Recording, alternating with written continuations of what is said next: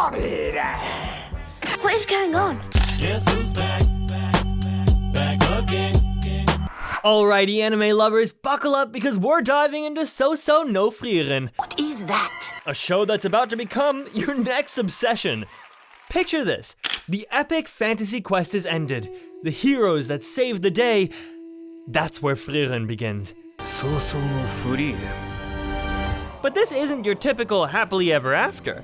Our elf mage Frieren is now faced with a journey of reflection on life, loss, and the kind of existential dread that hits really deep. なんてもっと知ろうと思わなかったんだろう。 And trust me, the stunning visuals and dry humor are gonna keep you glued to the screen, even as your heartstrings get pulled in every direction. その時点でパーティーメンバー全員が揃っていることだ。 Let's break down why this anime is the emotional roller coaster you never knew you needed. Alright. Alrighty, so let's set the scene. Standard fantasy world, right? There's a hero with a capital H and his squad, including our girl Frieren, who take down this big bad demon king. Typical stuff, right? You'd think the story ends there. Cue the credits. Everyone lives happily ever after, right? You may kiss. But Sousou no Frieren hits you with a plot twist. That whole saving the world from evil business, yeah, that's just a prologue. The real story begins after the Demon King has been defeated. This is where Frieren, the elf mage of the group, steps in as the main character. Unlike her human companions, Himmel, the hero, Haita, the priest, and Eisen, the warrior, Frieren doesn't worry about aging or mortality. I mean, she's an elf. And as far as lifespan goes, she's practically immortal. So while her friends are getting older and grayer, she's off gallivanting across the land for decades, learning magic like it's no big deal. But here's where the gut punch comes in. One day, after Frieren casually returns from her magical road trip, Himmel wakes up and dies. Funeral? That's right, the hero, who literally saved the world, kicks the bucket, leaving Frieren to face the harsh reality that maybe she cared about her human friends a bit more than she thought. Classic case of not realizing what you've got until it's gone, except Frieren's on a whole other level of emotional detachment. Welcome to your midlife crisis, Frieren. So, what's a long-living, emotionally stunted elf do after realizing she spent decades treating her friends like they had all the time in the world when, surprise, surprise, they didn't? Well, she embarks on a journey, and not just any journey. This one is all about, self-discovery, understanding humans, and figuring out what the hell Himmel meant when he said he wanted to see more sunsets with her.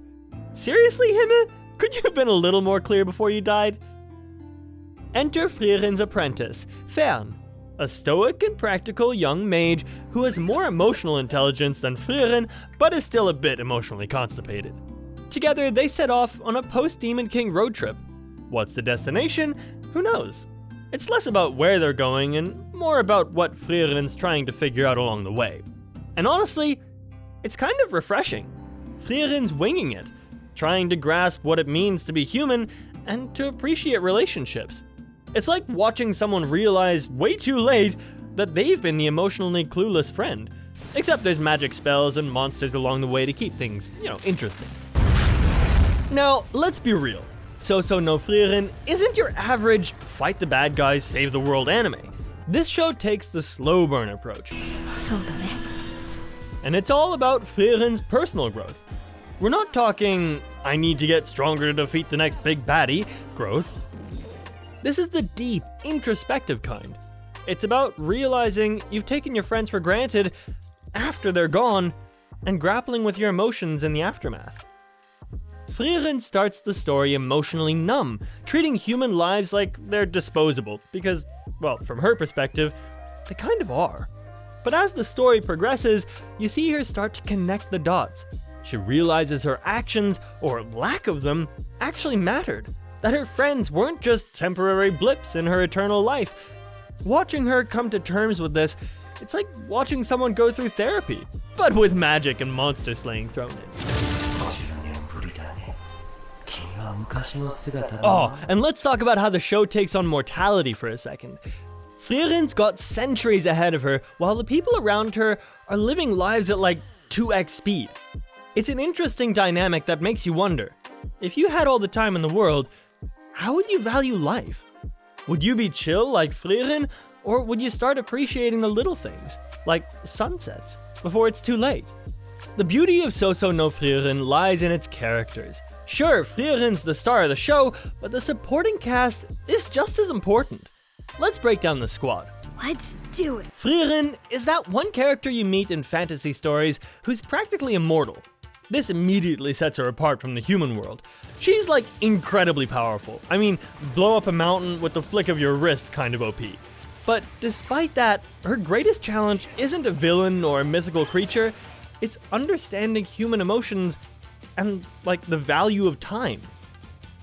From the outset, Frieren seems almost cold and indifferent to the world around her, and It made sense. why would someone with an eternity ahead of them worry about fleeting moments? Her friends age and die like it's nothing, while she doesn't even really notice the passage of time. Her life is marked by this emotional distance, and she drifts through it, treating centuries like they're mere blips.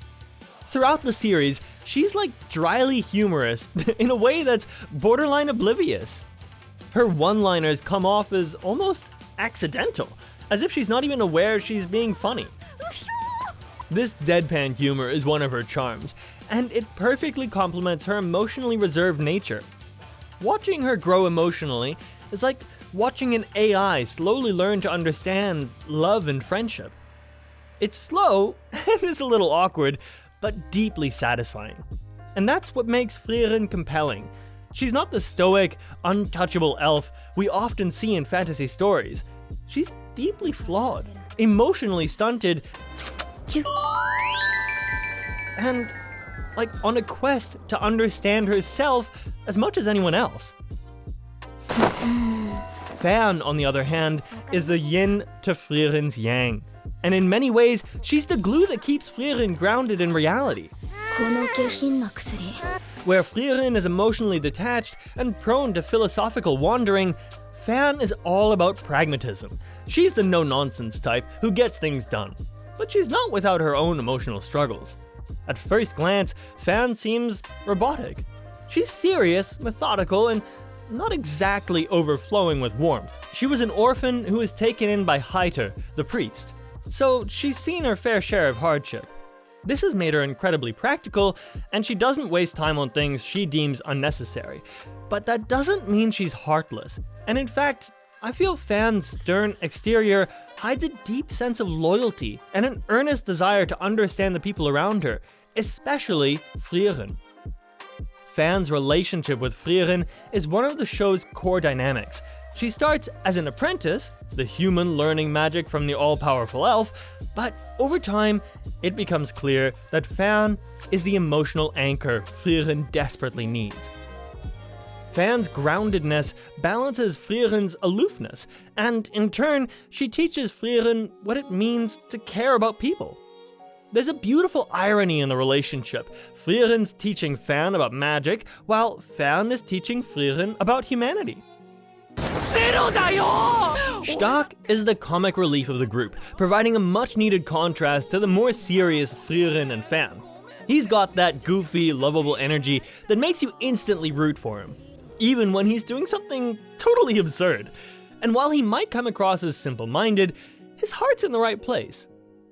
Stark is the kind of guy who'd jump in front of a dragon for his friends without hesitation, and then wonder why everyone's getting so emotional afterwards. His loyalty is totally pure, unfiltered, and absolutely unshakable. But Stark's not just there for laughs and monster bashing. He's got layers. Underneath his brawny exterior, there's a sense of self-doubt and insecurity. He worries that he's not strong enough, that he's not contributing as much as the others. It's a subtle, ongoing struggle for him, and watching him grapple with those insecurities adds depth to his otherwise carefree character. Stark's journey is about finding confidence in himself and realizing that being strong isn't just about physical strength. It's about being there for the people that you care about. 俺は全力で土下座してフリーレンを連れ戻してくる。Even though Himmel is dead at the start of the story, his presence is felt everywhere. As the hero of their group, he was the one who led the charge against the Demon King and was beloved by, everyone, including Frieren, even if she didn't realize it at the time. Himmel is the catalyst for Frieren's entire emotional journey. His death is what triggers her introspection, forcing her to confront her own feelings about mortality, friendship, and the fleeting nature of human life. I feel that Himmel is, in many ways, the heart of the story, despite no longer being alive. His memory lingers with Frieren, and his simple wish to see more sunsets with her sets her on the path to self-discovery. But Himmel wasn't just the stoic, noble hero archetype. He had his quirks, his moments of humor, and a deep, unspoken affection for Frieren. He saw through her emotional walls, even when she couldn't. What makes Himmel so important to Frieren's journey is the fact that he represented everything she didn't understand about humans. He valued moments like watching sunsets that seemed meaningless to someone with an endless lifespan like hers. His ability to find beauty in the transient nature of life is what Frieren has to learn over the course of the series, and as she travels, she's constantly reflecting on their time together, replaying conversations, and reinterpreting what his words meant. Himmel's role in the story may be posthumous, but his impact is monumental. He's the ghost in Frieren's mind, the hero who helped save the world, but more importantly, saved Frieren from an eternity of emotional numbness. And in a way, Himmel is the one character who understood Frieren better than anyone else. Even in death, he's continuing to guide her, and you can't help but feel the weight of his absence through the story. In the end, these characters form the heart of Sousou no Frieren. Frieren's journey of self-discovery is compelling on its own, but it's made richer by the relationships she builds and the memories of the ones she's lost. Each character brings something vital to the story: Fern's practicality, Stark's loyalty, and Himmel's lasting influence, all while showing us different facets of what it means to be human, even when one of them isn't. If you're tired of anime that's all about who can yell the loudest and throw the biggest punch, GB's head, then Sousou no Frieren is going to feel like a breath of fresh air. This is a story that snuck up on me with its emotional depth, and before I knew it, I was feeling things I totally didn't sign up for. The character development is slow and steady, but it's so worth it. Frieren's emotional journey is what really drives the show, and it's done in a way that makes you care about her and her companions. And the world building? Fabulous. It's fantasy, but it's not overwhelming with all its names and kingdoms and politics. You get enough of a sense of the world post-Demon King defeat to understand what's going on, but it's not about reclaiming thrones or ancient bloodlines coming back to haunt you. It's just about the characters and their growth, with some monster-slaying action sprinkled in to keep things exciting. Oh, and visually, MAPPA knocked it out of the park with this one. The animation is stunning, the magic spells are gorgeously detailed, the landscapes are totally serene, and the emotional expressions on the character faces, absolutely beautiful. If nothing else, I could watch it just to appreciate how good it looks. Details, I want details. So, here's the detail. The anime just started airing and the manga is still ongoing. That means there's plenty of material to dive into. The anime hasn't caught up to the manga yet, but that's okay because the story deserves to take its time. We don't want them rushing through Frieren's existential crisis, right?